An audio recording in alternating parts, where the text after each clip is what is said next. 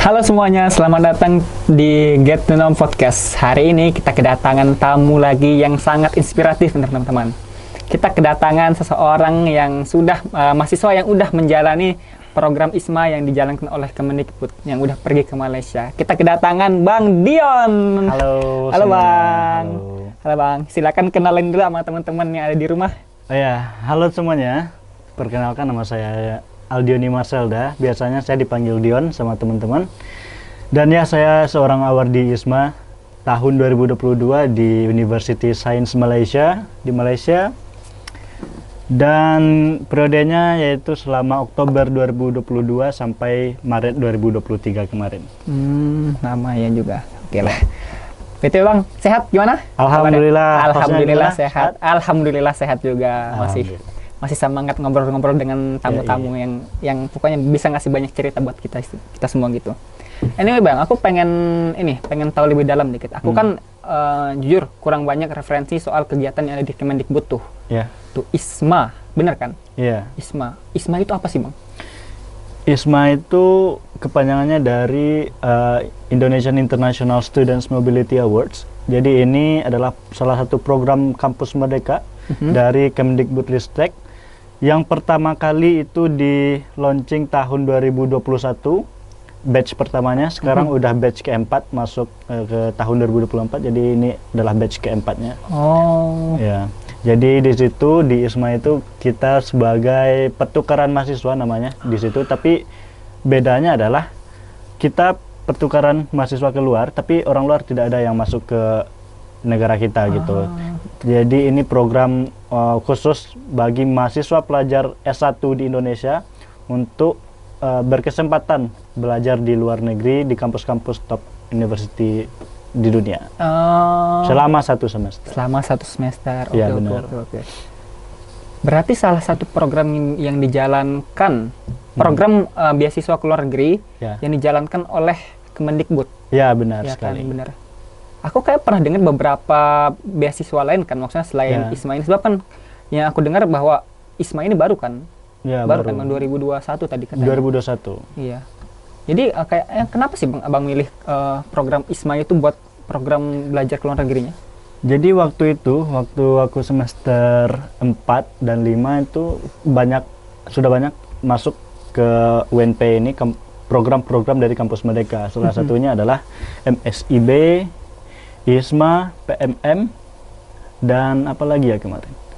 Ya itu, baru 3 itu waktu itu kan. Jadi aku sangat termotivasi untuk mengikuti ISMA karena sebelumnya tahun 2021 batch pertama ada 4 orang dari kelas aku yang lulus ISMA ke luar negeri, dan itu membuat aku sangat termotivasi juga pengen ngerasain gitu pengalaman belajar di luar negeri seperti mereka gitu. Karena sebagai mahasiswa S1 kita hanya memiliki kesempatan 2 kali mengikuti program MBKM ini. Jadi sebelumnya aku udah pernah coba program MSIB magang.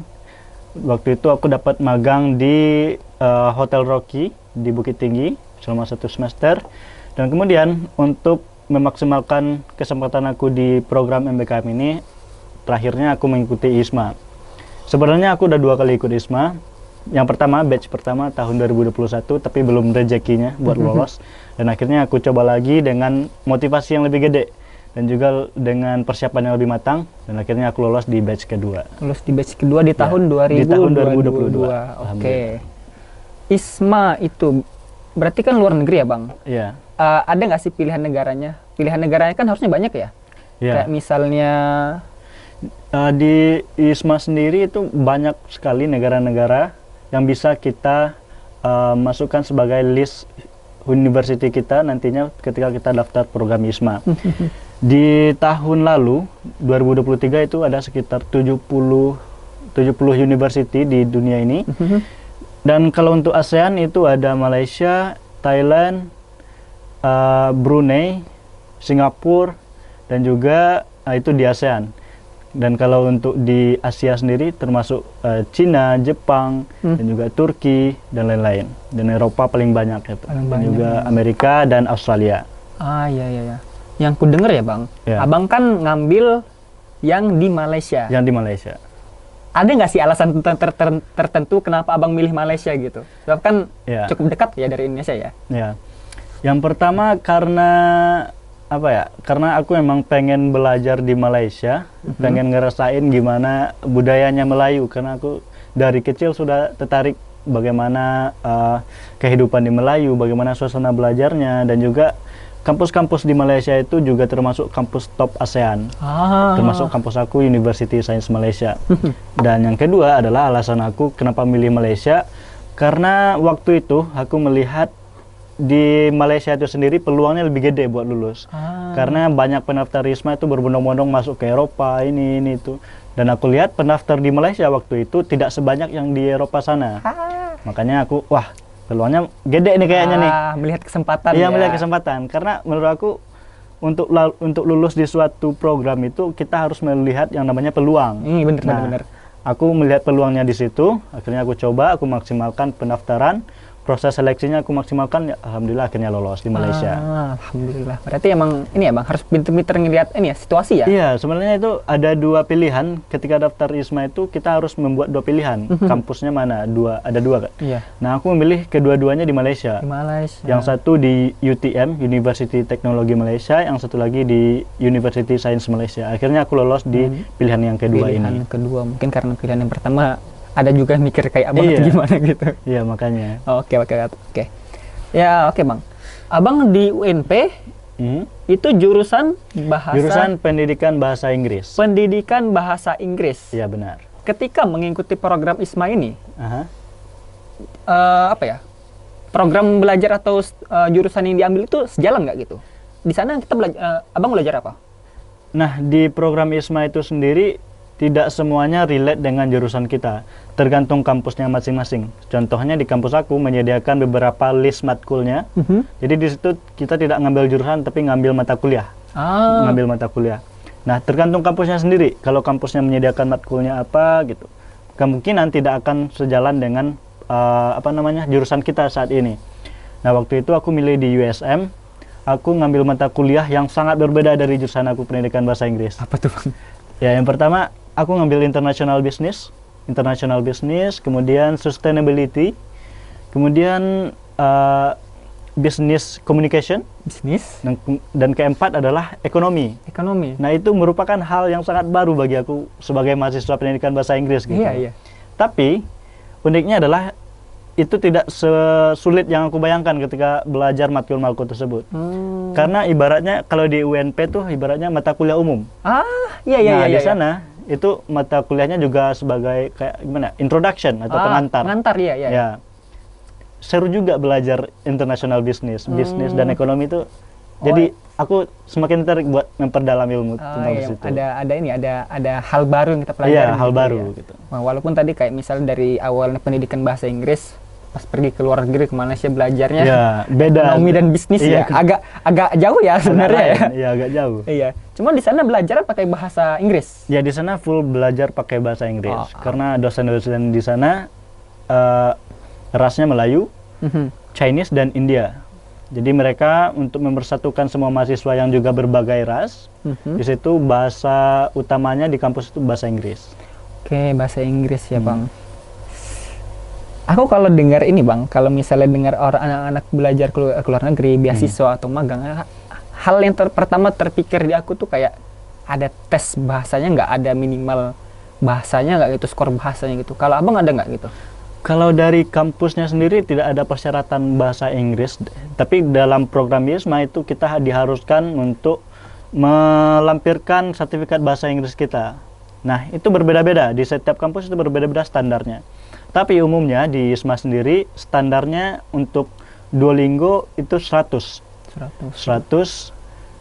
Kalau TOEFL berapa ya kemarin?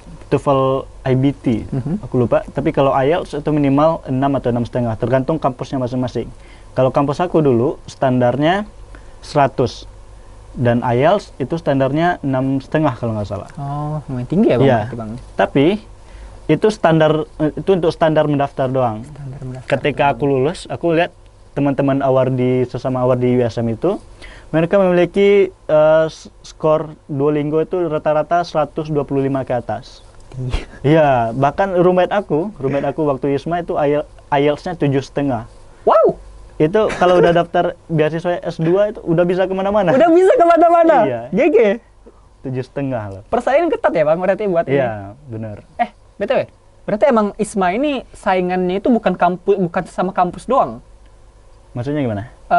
Maksudnya saingan kita di ISMA itu kayaknya bukan, maksudnya kayak lingkup kampus doang atau emang lingkup universitas se-Indonesia gitu? Ya, ruang lingkupnya ya universitas di Indonesia. Jadi saingan kita ya mahasiswa-mahasiswa dari berbagai macam universitas di Indonesia yang juga ikut mendaftar di ISMA itu. Jadi waktu itu di kampus aku sendiri kita ada 14 orang dan aku satu-satunya yang di luar Pulau Jawa, ya satu-satunya di Pulau Sumatera gitu. Jadi mereka yang 13 lagi itu umumnya di Pulau Jawa semua, Jakarta, Jawa. Oh iya, Ya. berarti sebuah kebanggaan tersendiri Iya. bisa Bener. bisa melampaui teman-teman seangkatan, Ya, apalagi alhamdulillah. salah satu terpilih, berarti satu dari 14 orang Ya. tuh putra terbaik bangsa sampai ke Malaysia ya. Amin. Oke Bang, sebenarnya ada yang bikin aku penasaran. Aku kan belum pernah ikut apa ya? Aku kan belum pernah kuliah ataupun ikut gimana rasanya perkuliahan di luar negeri gitu. Ya. Apalagi kita tahu karakteristik mahasiswa di sana. Selama Bang ngikutin ISMA ini di kampus itu sendiri, gimana sih maksudnya suasana belajar mahasiswanya gitu? Apakah persaingannya itu cukup keras Ya. ataukah kayak apa ya?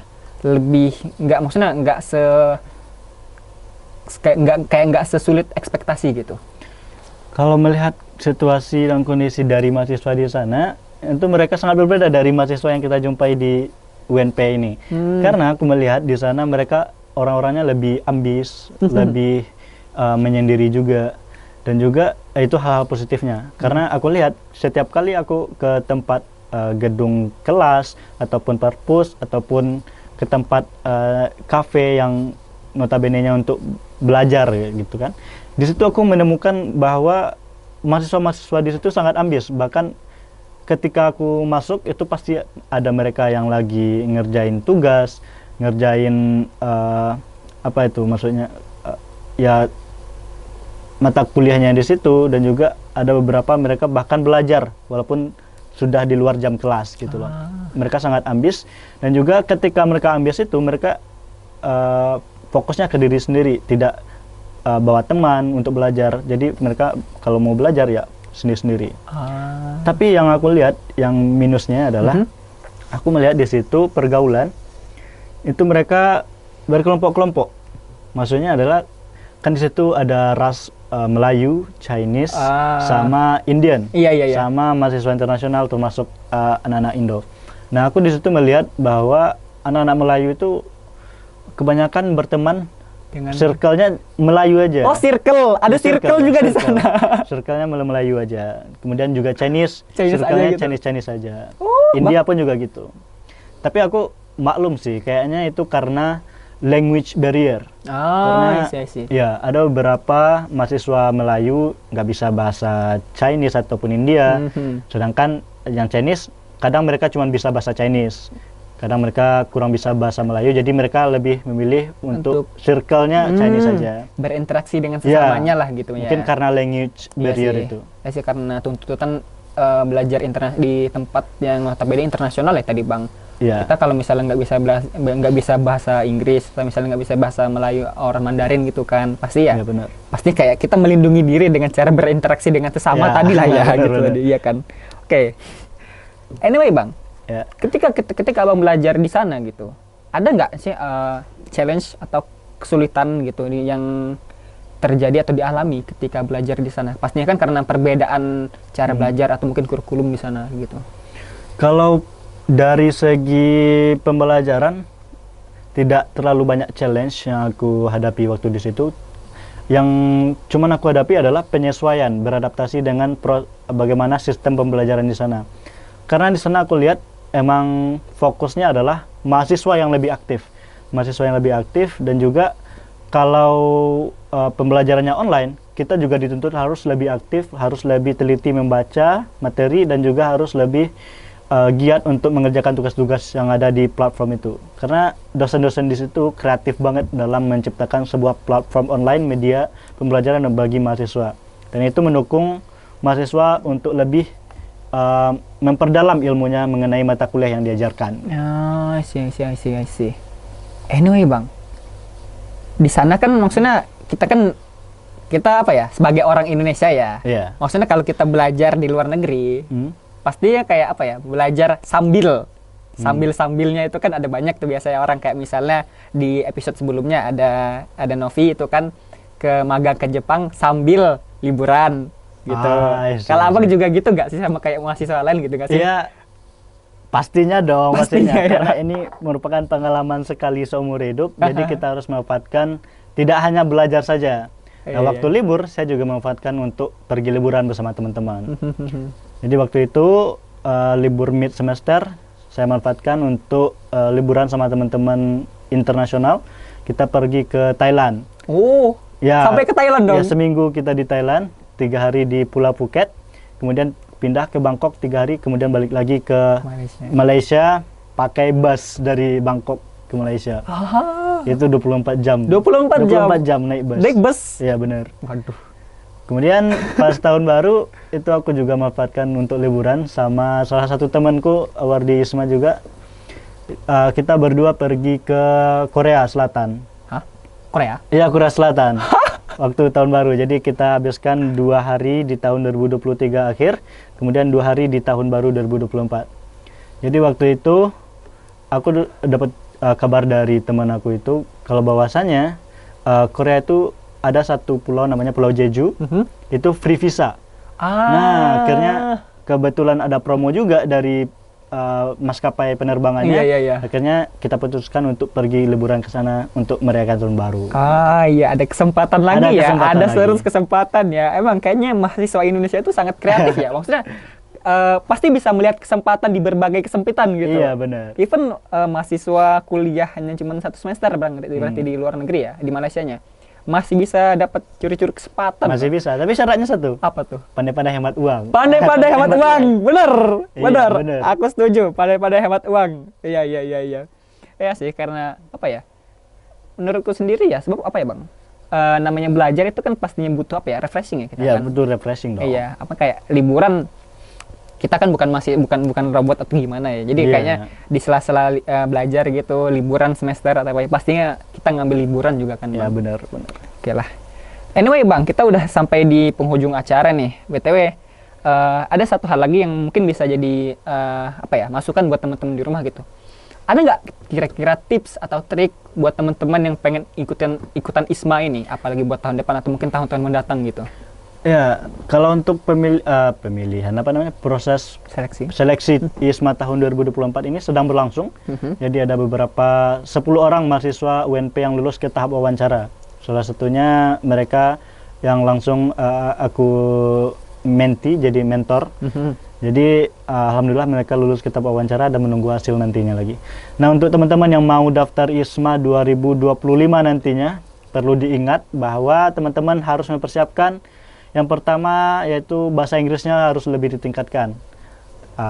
Ya, nanti teman-teman boleh memilih untuk tes Duolingo, TOEFL atau IELTS. Nah, yang paling penting sekarang adalah teman-teman harus banyak berlatih dan tingkatkan bahasa Inggrisnya. Kemudian nantinya teman-teman harus siapkan esai mengenai ada 4 pertanyaan dalam esai itu, meliputi apa prestasi akademik dan non-akademik, rencana engage di luar negeri itu ngapain aja gitu. Kemudian mengenai mental health dan juga mengenai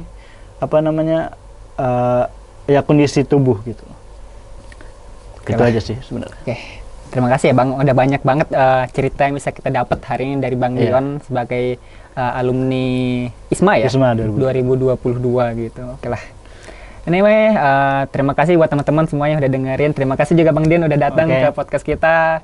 Oke lah teman-teman, senang rasanya bisa ngobrol banyak hal dengan tamu-tamu yang inspiratif dari berbagai jurusan di kampus kita ya. Oke semuanya, sampai jumpa lagi di lain waktu. Get to know, get inspired, dan sampai jumpa lagi di lain kesempatan. Bye-bye! Dadah.